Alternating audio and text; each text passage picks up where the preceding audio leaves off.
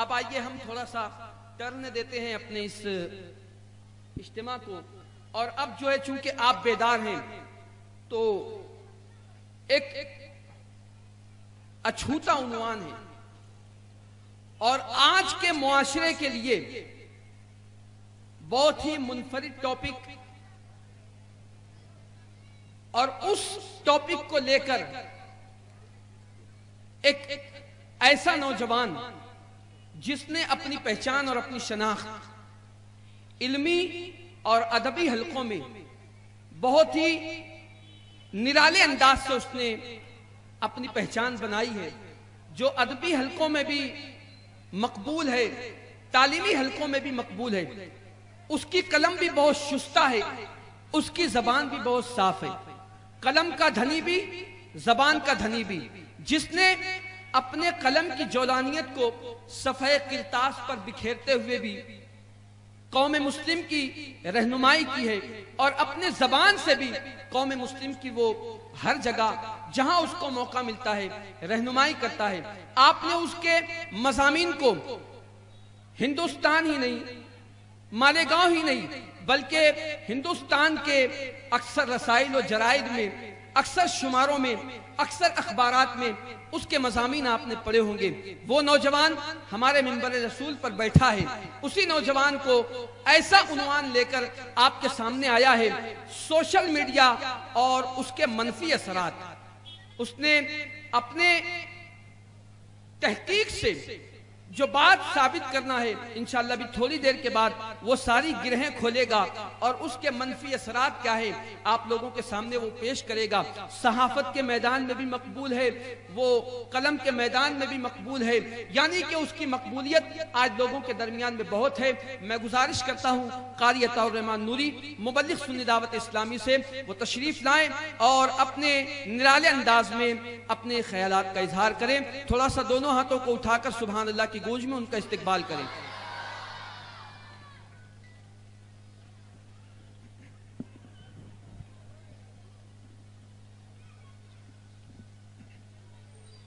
السلام علیکم ورحمۃ اللہ وبرکاتہ۔ نحمد و نصلی علی رسول الکریم، اما بعد فاعوذ باللہ من الشیطان الرجیم، بسم اللہ الرحمن الرحیم، صدق اللہ العلی العظیم۔ آئیے ہم اور آپ انتہائی محبت اور عقیدت کے ساتھ ساری کائنات کے مرکز عقیدت حضور رحمت عالم تاجدار مدینہ محمد رسول اللہ ارواح نافدہ صلی اللہ علیہ وسلم کی بارگاہ بے کس پناہ میں میں جس انداز سے ہدیہ درود مبارکہ پڑھا ہوں، آپ تمامی حاضرین میرے ساتھ مل کر بآواز بلند پڑھنے کی کوشش کریں۔ پڑھیے الصلاۃ والسلام علیک یا رسول اللہ، الصلاۃ والسلام علیک یا حبیب اللہ، صلی اللہ تعالی علیہ وسلم۔ میرے پیارے آقا صلی اللہ علیہ وسلم کے پیارے دیوانوں، انسان حیوان ناطق ہے۔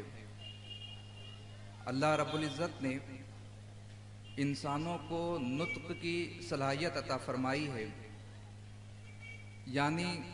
گفتگو کرنے کی، بات چیت کرنے کی، زبان کے ذریعے سے اپنے افکار و خیالات، آراء و نظریات اور تصورات کو ایک دوسرے کے سامنے رکھنے کی، اور یہی سبب ہے کہ انسان سماج میں رہتا ہے، سماج میں بستا ہے، ایک دوسرے کے دکھ درد کو سمجھتا ہے، اور اس کے اظہار کے لیے، باہمی ربط و ضبط کے لیے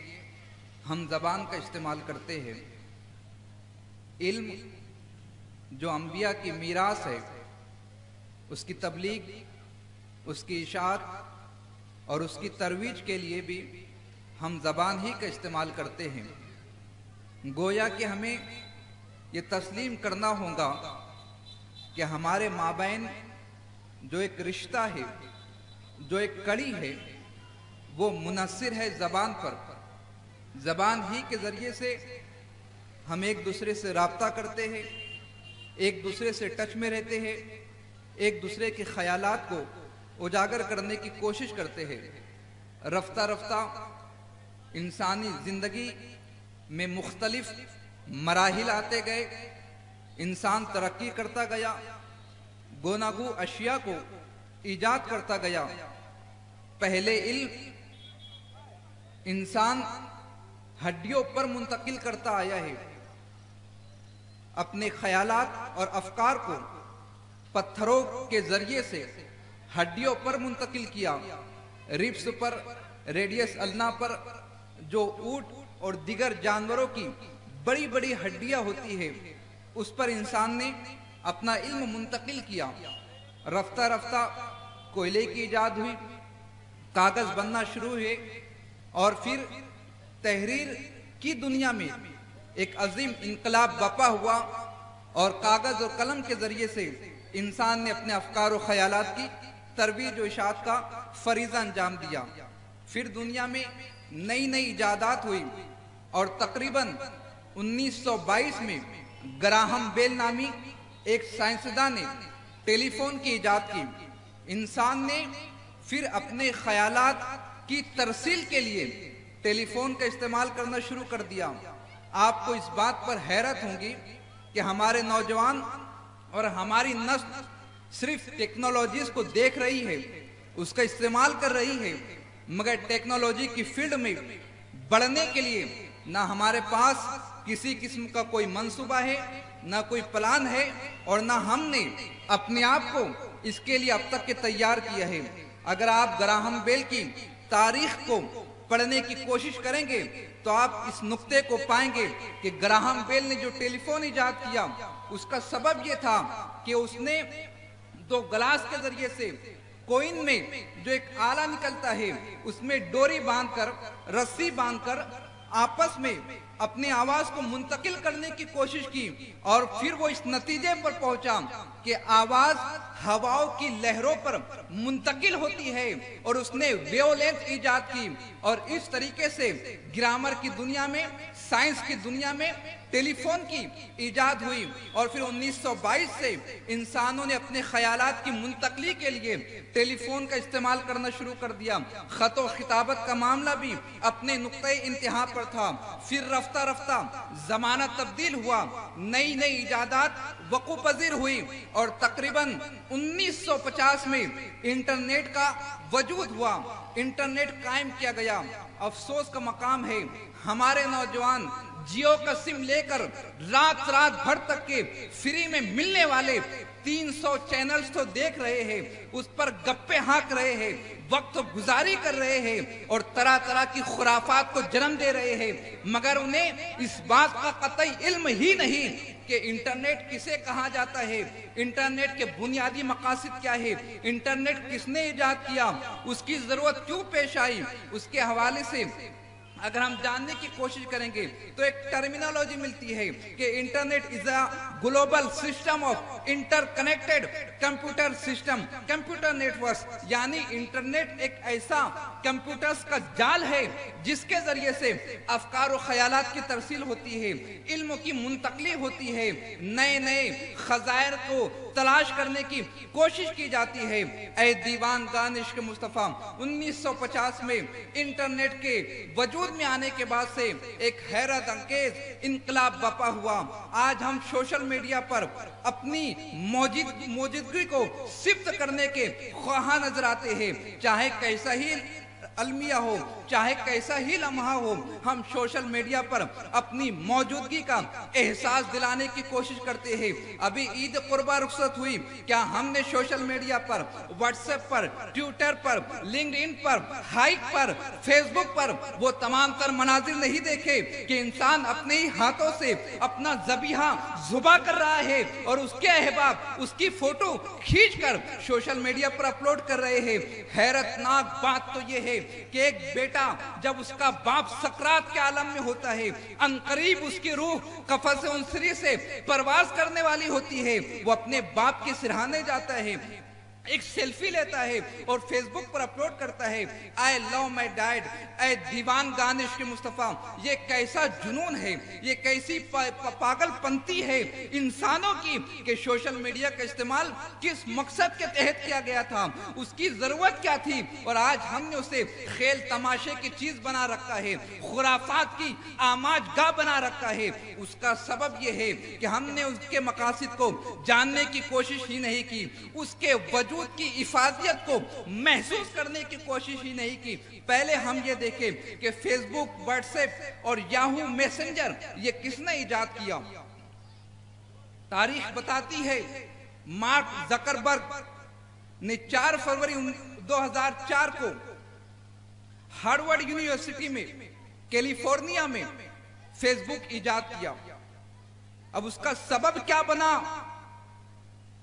اسے دیکھنے، سمجھنے اور اپنے وقت گزاری کے معاملات کو سمجھنے کی کوشش کرے۔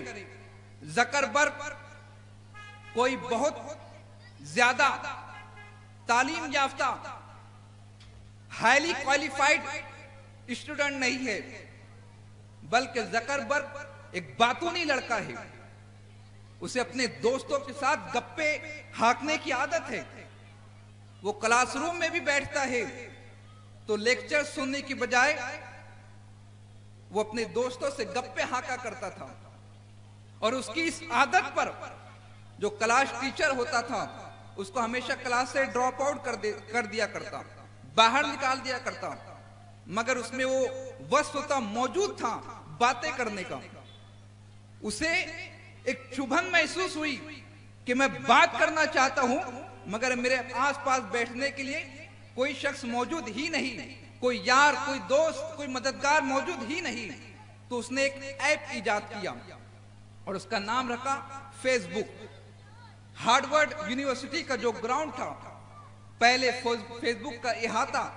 صرف وہی تک تھا۔ اس نے اپنے کلاس فیلوز کو اس کی لنک سینڈ کی، رفتہ رفتہ ایک کلاس سے دوسری کلاس، ایک منزلے سے دوسرے منزلے، اور پھر پوری ہارورڈ یونیورسٹی میں فیس بک کا چلن عام ہوتا گیا۔ اس کی اہمیت کو دیکھتے ہوئے کلاس ٹیچرز نے اپنے لیکچرز اس پر سینڈ کیے۔ کالج کے حوالے سے اہم اطلاعات، اہم نشریات فیس بک پر سینڈ کی جانے لگی۔ لیکچرز کی معلومات، امتحانات کی معلومات، خصوصی لیکچرز پر مبنی نوٹس، ان تمام تر چیزوں کی ترسیل فیس بک پر کی جانے لگی۔ ہارورڈ یونیورسٹی کے اس اقدام کو دیکھتے ہوئے اسٹینڈ فورڈ یونیورسٹی کیلیفورنیا نے بھی فیس بک کو اجازت مرحمت فرمائی، اور رفتہ رفتہ یو ایس اے کی سرزمین سے فیس بک نے اپنے قدم پھیلانے شروع کیے، اور پھر دیکھتے ہی دیکھتے پوری دنیا میں as a app, social media اور سماجی رابطے کی ویب سائٹ کے نام سے فیس بک کا استعمال شروع ہو گیا۔ اے دیوان گانش کے مصطفیٰ، آپ اندازہ فرمائیے، اس میں ایک وصف تھا بات کرنے کا، اور اسے بات کرنے کا موقع نہیں دیا جا رہا تھا، تو اس نے ایک ایسی تخلیق کی، ایک ایسا ایپ ایجاد کیا کہ اس ایپ کے ذریعے سے تمام دوست کنیکٹڈ ہو جائے اور اپنے خیالات کی ترسیل کرے۔ ارے جس عمر میں ہمارا نوجوان اس سوچ میں گم رہتا ہے کہ واٹس ایپ، فیس بک کی لاگ ان موبائل نمبر کے ذریعے کرنی چاہیے یا ای میل آئی ڈی کے ذریعے کرنی چاہیے، ہمارا نوجوان جب اس بھول بھلائیوں میں گم رہتا ہے کہ میرا پاسورڈ گم ہو چکا ہے، اب میں نیا ہینڈ سیٹ خریدوں گا تو اس میں کس طریقے سے لاگ ان کروں، یا ہمارا نوجوان جب اپنے ایپس کلیئر کرتا ہے یا موبائل فارمیٹ کرتا ہے تو اسے سب سے بڑی چبھن یہ محسوس ہوتی ہے کہ میں جن گروپس میں کنیکٹڈ ہوں، موبائل فارمیٹ کرنے کے بعد میں اس میں موجود رہوں گا یا نہ رہوں گا۔ افسوس کا مقام ہے اے نوجوانوں، تم ابھی لاگ ان میں پریشان ہو، اور زکربرگ نے محض 20 سالہ اپنے زندگی کے عرصے میں پوری دنیا میں فیس بک کا چلن عام کر دیا تھا۔ یہ اس کی تحقیق تھی، یہ اس کا ریسرچ ورک تھا، یہ اس کی اپنے وصف کا لوہا منوانے کی صلاحیت تھی، مگر افسوس کا مقام ہے نہ ہم سوشل میڈیا کا استعمال ایجوکیشن کے لیے کر رہے ہیں، نہ ہی تجارت کے لیے کر رہے ہیں، جبکہ اہل علم اس بات سے بخوبی واقف ہے کہ معاشی منڈی میں سوشل میڈیا کا کیا مقام ہے، کس طریقے سے شیئر بازار میں ہونے والے اپ ڈاؤنز پل بھر میں سوشل میڈیا کے ذریعے سے عام کیے جاتے ہیں، کس طریقے سے شیئر مارکیٹ ہو یا نجی سرمایہ کاری ہو، اسے پل بھر میں ایک دوسرے کے ساتھ شیئر کیا جاتا ہے، مگر ہم تو اس بات میں ابھی تک گم ہے کہ ہم کس طریقے سے نت نئے گروپس میں ایڈ ہو، دوستوں کے ساتھ جوکس شیئر کرے، ہنسی مذاق کی کلپ شیئر کرے، ایس ایم ایس اور ایم ایم ایس میں ہم گم، حیران اور پریشان نظر آتے ہیں۔ اور کہا جائے کہ آپ اتنے سارے گروپس میں اسے ڈیلیٹ کر دیجئے، لیفٹ ہو جائیے، تو برملا ایک جملہ کہا جاتا ہے، اگر اس کے گروپ سے لیفٹ ہوں گا تو اس کو خراب لگے گا۔ نادان جس خرافات میں مبتلا ہو کر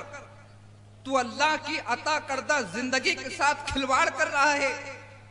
اس کے فرامین کو پسے پشت ڈال رہا ہے، اس کے احکام و ضوابط کو نظر انداز کر رہا ہے، تجھے اس مالک اور اس مولا کی مرضی کا خیال نہیں، اور اس بات کا دکھ ستا رہا ہے کہ ایڈمن مجھ سے ناراض ہو جائے گا۔ ایک دسترخوان پر اگر والدین، بچے اور کزن حاضر ہو تو ہر ایک اپنے ہی ہینڈ سیٹ میں مگن نظر آتا ہے،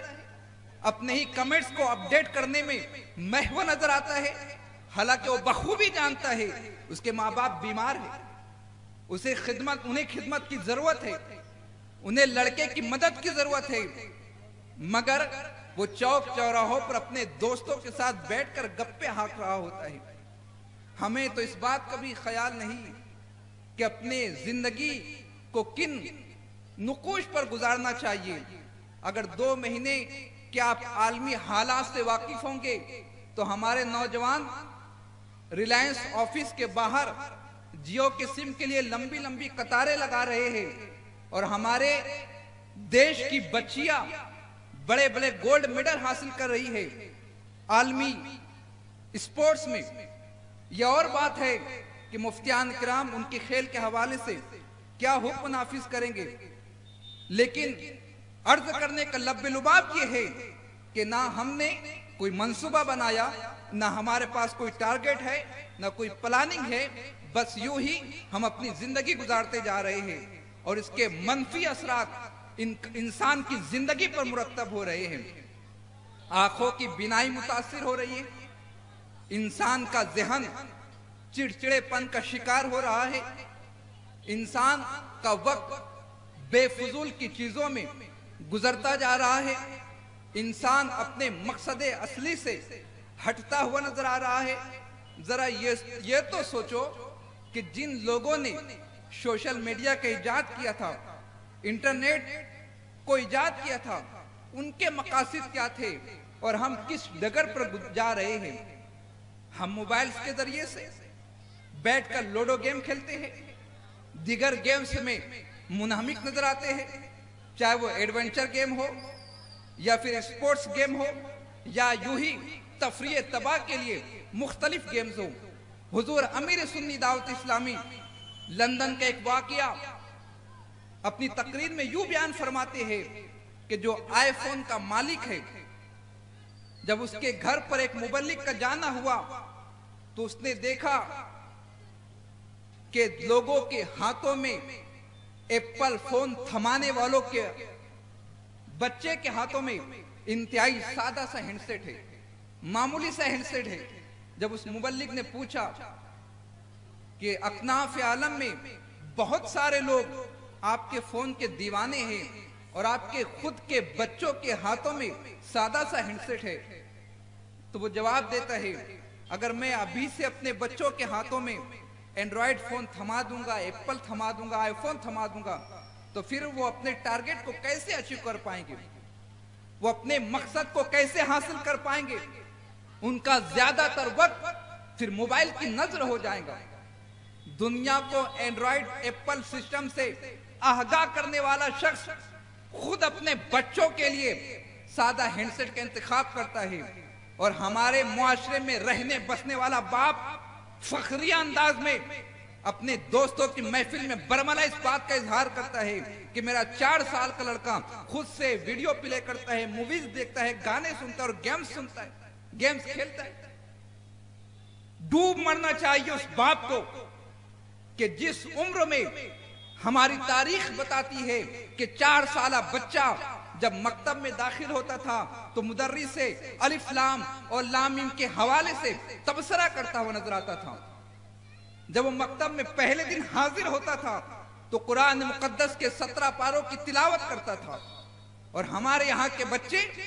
گیمز میں منہمک نظر آتے ہیں، ویڈیو سننے میں محو نظر آتے ہیں، اور باپ اس پر حشاش بشاش ہوتا ہے، یاران مجلس میں اس کا ذکر کرتا ہے فخریہ انداز میں۔ اے دیوان گان عشق مصطفیٰ، آج ضرورت اس بات کی ہے کہ ہم اپنی زندگی کے مقصد کو سمجھنے کی کوشش کریں، اپنی اولاد کے لیے ایک حد متعین کریں اور اس کے مطابق زندگی گزارنے کی کوشش کریں۔ ڈاکٹر اے پی جے عبدالکلام تحریر کرتے ہیں خواب کے حوالے سے، مقصد کے حوالے سے، ٹارگٹ کے حوالے سے، کہ خواب ہمیشہ بڑے بڑے دیکھنا چاہیے، ہمیشہ طویل خواب دیکھے جائے، اور پھر لکھتے ہیں کہ خواب بڑے دیکھے جائے اور ان خوابوں کی تکمیل کے لیے رات دن انتھک محنت کی جائے، اس کے حصول کے لیے مستقل مزاجی کے ساتھ کوشش کی جائے۔ مگر آپ دیکھیں 10ویں کا بچہ ہے، ابھی ایگزامز دے رہا ہے، آپ اس سے پوچھیں آپ کو سائنس میں ایڈمیشن لینا ہے یا کامرس میں،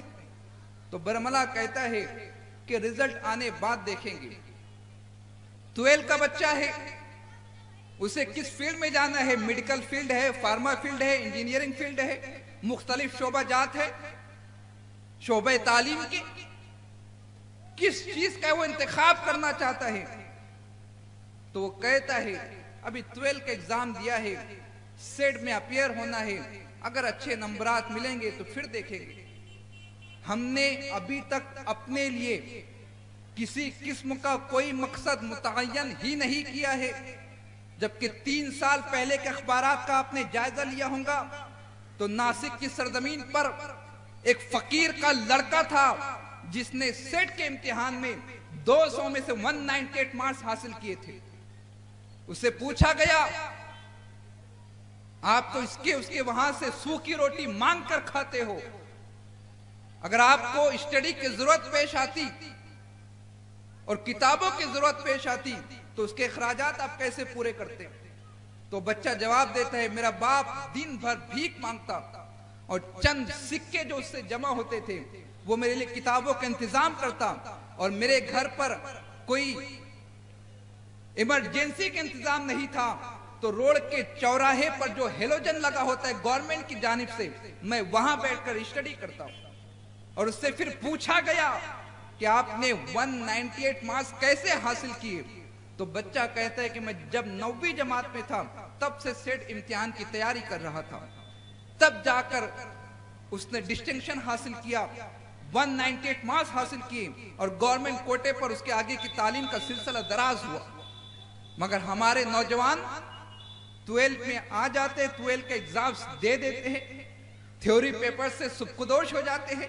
اس کے باوجود بھی ان کے پاس کسی قسم کا کوئی ٹارگٹ نہیں ہوتا، وہ مگن ہے اپنی نجی زندگی میں۔ اور ہمارے والدین کو بھی کوئی غرض و غایت نہیں، بلکہ ہم تو یہ کہتے ہیں کہ مالیگاؤں کے اکثر والدین صرف 2 یا 3 کام کرتے ہیں، دن بھر محنت مزدوری کریں گے، رات میں تھک ہار کر جب وہ گھر لوٹتے ہیں یا تو وہ کھانے وغیرہ سے فارغ ہو کر اپنی پوری فیملی کو لے کر ٹی وی کے سامنے بیٹھ جائیں گے، انٹرٹینمنٹ کے ذریعے سے اپنی تھکان کو دور کرنے کی کوشش کریں گے، اور تفریح تباہ کی خاطر بال بچوں کے ساتھ، ماں باپ کے ساتھ ٹی وی کے سامنے وقت گزاری کریں گے، یا پھر کھانے وغیرہ سے فارغ ہونے کے بعد وہ چوک چوراہوں پر آ کر بیٹھ جائیں گے اور ہوٹل کی کرسیوں پر بیٹھ کر وائٹ ہاؤس کی گتھیوں کو سلجھانے کی کوشش کریں گے۔ وہ ماں باپ جنہیں اپنے بچے کے مستقبل کی خبر نہیں، وہ باراک اوباما کے مسائل پر تبصرہ کرتے، جنہیں اپنے والدین کی خدمت کا احساس نہیں، وہ عالمی منڈی پر اظہار خیال کرتے ہیں، جنہیں اپنے مقصد حیات کا علم نہیں، وہ دوسرے کے معاملات کو سرے بازار اچھالنے کی کوشش کرتے ہیں۔ اے دیوان دانش کے مصطفیٰ، ہم یہ نہیں کہتے کہ انٹرنیٹ کا استعمال مت کرو، ٹیکنالوجی سے دور ہو جاؤ، اینڈرائیڈ سسٹم کو ترک کر دو، ضرور کرو، لیکن جس مقصد کے تحت ان چیزوں کی ایجاد عمل میں آئی تھی ان مقاصد کو ذہن میں رکھو۔ آج ان مقاصد کو ہم نے فراموش کر دیا ہے۔ علم کی منتقلی، اپنے افکار و خیالات کی ترسیل، ایک دوسرے کی مدد، ایک دوسرے کے ساتھ اپنا درد دل شیئر کرنا، یہ تمام تر چیزیں ختم ہو کر ایک اکھاڑا بن گیا ہے سوشل میڈیا۔ ایک دوسرے کی عزت کو اچھالنا، ایک دوسرے کے خلاف بیان بازی کرنا، ایک دوسرے کے نقائص کو اجاگر کرنا، ایک دوسرے کی نجی زندگیوں کو شیئر کرنا، یہ تمام تر چیزیں ہو گئی ہیں۔ ابھی آپ جیو اور 4G میں مگن ہے، اسی میں گم ہو کر رہ گئے ہو، اسی کی اسپیڈ کے دیوانے ہو کر رہ گئے ہو۔ کیا آپ کو پتا ہے USA میں اور جو ناسا میں انٹرنیٹ استعمال کیا جاتا ہے اس کی اسپیڈ کیا ہے؟ 92 GB پر سیکنڈ کی اسپیڈ سے ناسا میں انٹرنیٹ استعمال کیا جاتا ہے۔ 92 GB پر سیکنڈ، یہاں پر 100-200 کی بھی ابھی چند دنوں سے دیکھنے کو مل رہی ہے۔ تو ہم نے تو جیسا اپنا مقصد اصلی ہی فراموش کر دیا ہے، اپنے تمام تر کام کاج کو بالائے طاق رکھ کر آدھی آدھی رات تک قلبوں میں بیٹھے ہوتے ہیں، جمگھٹا لگا کر چوک چوراہوں پر بیٹھ کر ہم لائیو چینلز دیکھ رہے ہوتے ہیں، یا پھر نہ جانے کیسی کیسی خرافات میں مگن ہوتے ہیں۔ اور یہ جو خرافات کا ذکر کر رہے ہیں، ہم یہ بدگمانی کا شکار نہیں۔ ابھی حال ہی میں جو انٹرنیٹ کی سروے رپورٹ آئی ہے، آپ اسے اٹھا کر دیکھ لیجئے، گوگل کا استعمال آپ کیجئے اور BBC میں جا کر انٹرنیٹ کے یوزرز کی رپورٹ کو پڑھنے کی کوشش کریں۔ اس میں برملا اس بات کا اعتراف کیا گیا ہے کہ 100% میں سے 70% انٹرنیٹ کا استعمال غیر ضروری چیزوں اور فواہشات کے لیے کیا جاتا ہے۔ فرضی آئی ڈی بنا کر، لڑکا لڑکی کا نام اختیار کر کے فیس بک پر رات بھر آسانی سے چیٹنگ تو کرتا ہے، مگر اسے یہ سارے واقعات خیال رکھنا چاہیے کہ فیس بک پر کئی ایسے واقعات وقوع پذیر ہو چکے ہیں کہ لڑکا اور لڑکی فرضی ناموں سے، فرضی آئی ڈی سے آپس میں فحش گفتگو تو کر رہے ہیں، اور جب ملاقات تک بات پہنچتی ہے اور جب وہ کمرے میں پہنچتے ہیں تو وہ کوئی اور نہیں بلکہ سگے بہن اور بھائی ہوتے ہیں۔ کیا اس طریقے کی واقعات ہم نے اخبارات میں نہیں پڑھے؟ اور جو احباب اپنی جنس بدل کر لڑکا ہو کر لڑکی کا نام اختیار کر کے فرضی آئی ڈی بنا کر گفتگو کرتے ہیں، ذرا علماء کرام کی بارگاہ میں آئے اور احادیث طیبات میں جنس کی تبدیلی پر جو وعیدیں بیان کی گئی ہے اسے سننے اور سمجھنے کی کوشش کرے، تب جا کر انہیں احساس ہوگا کہ ہم کس طریقے سے اپنے آپ کو خسارے کا شکار بنا رہے ہیں۔ ایکسیڈنٹ ہوتا ہے، اس کی مدد کرنے کی بجائے ہم اس کے فوٹوز لے کر سوشل میڈیا پر عام کرتے ہیں۔ کوئی ندی میں بہہ رہا ہے، اس کی مدد کرنے کی بجائے اس کے بہتے ہوئے پکچرز کی ویڈیو کلپس بنا کر ہم یوٹیوب پر اور دیگر سوشل نیٹ ورکنگ سائٹس پر اپلوڈ کرتے ہیں۔ ہمیں چاہیے کہ ہم نعرہ تکبیر، نعرہ رسالت، نعرہ رسالت، نعرہ حیدری، نعرہ حیدری، فکر تاجدار کربلا علماء اہل سنت سنی دعوت اسلامی نعرہ رسالت.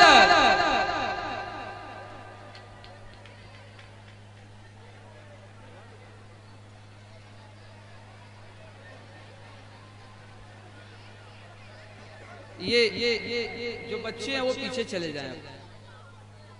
منتظمین کہاں ہیں؟ رضوان بھائی ادھر آ جاؤ. اقبال بھائی یہ بچوں کو پیچھے کر دو, ڈسٹرب کریں گے لوگ. کر دو پیچھے کرو جلدی سے ایک دم. لو رضوان بھائی پیچھے کرو یہ لوگ کو. مبشر بھائی لو نا یہ لوگ کو پیچھے کر دو جلدی سے. ہاں کر دو, پیچھے کرو سب کو.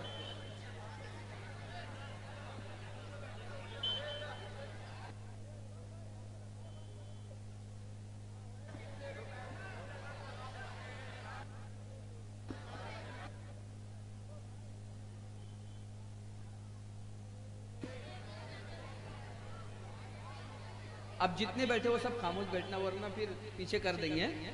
چلیے یہ قاری عطا الرحمن نوری صاحب اپنی گفتگو انشاءاللہ مکمل کریں گے. آپ لوگوں سے گزارش ہے کہ اب آپ کے انتظار کی گھڑیاں ختم ہو چکی ہیں. اب آپ مکمل طور سے جو ہے خاموشی اختیار کریں. انشاءاللہ تھوڑی دیر میں ہم اپنے قائد کو, اپنے رہنما کو انشاءاللہ سننے کی سعادت حاصل کریں گے.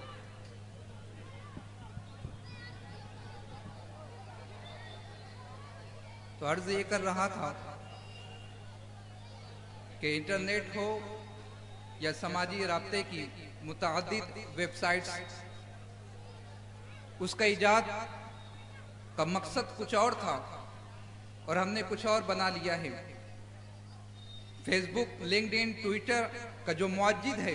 زکربرگ, وہ کوئی بہت ہائیلی کوالیفائڈ یا بوڑھا آدمی نہیں ہے. 1984 میں اس کی پیدائش ہوئی اور 4 فروری 2014 کو اس نے تمام تر ایپس کی تخلیق کی اور آج وہ بلینریز ہے, اربوں کروڑوں روپیوں کا مالک ہے. محض اس نے اپنے ایک وصف کو پہچانا اور اس پر تحقیق کی اور اسے دنیا کے سامنے پیش کیا. تو آج ضرورت اس بات کی ہے کہ ہم اپنے لیے ایک ٹارگٹ منتخب کریں اور اس کے حصول کے لیے جی جان سے کوشش کریں. اور جس قدر بھی ٹیکنالوجی کا استعمال ہم کر رہے ہیں اس کے استعمال میں کسی قسم کی کوئی ممانعت نہیں ہے. حکم اس وقت نافذ ہوتا ہے کہ جب ہم اس کا استعمال شریعت کے خلاف کرتے ہیں. ہم ٹیکنالوجی کی تمام تر چیزوں کا استعمال اپنے مقصد کے حصول کے لیے کریں تاکہ معاشی میدان میں بھی ہم آگے بڑھ سکے اور علمی میدان میں بھی ہم سرخرو ہو سکے. اللہ رب العزت سے دعا ہے ہم تمام حاضرین کو اپنی حیات کا مقصد کا انتخاب کرنے, اسے پائے تکمیل تک پہنچانے کی توفیق عطا فرمائے. السلام علیکم ورحمۃ اللہ. وعلیکم السلام ورحمۃ اللہ وبرکاتہ. میں نے جیسے آپ کو کہا تھا کہ آپ جب ان کو سنیں گے تو آپ کو پتہ چلے گا کہ یہ انہوں نے اپنی کیا تحقیق پیش کی ہے.